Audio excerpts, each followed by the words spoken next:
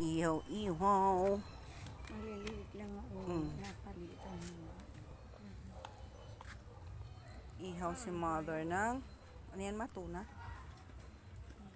Si mama.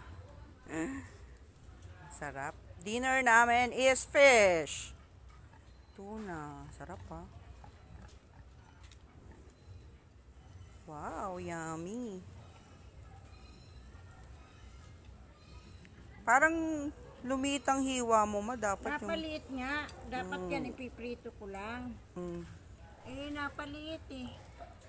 Naalala ko pwede pala ito ihaw. Ihaw, mahal yan eh. Pala ihaw. Tuna, tuna. Ihaw, tuna.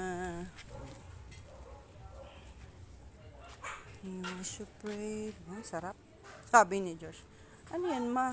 Tuna. Ihawin nyo. Oo, wow, bongga. Bongga daw. Bongga. Bongga talaga ang ulam.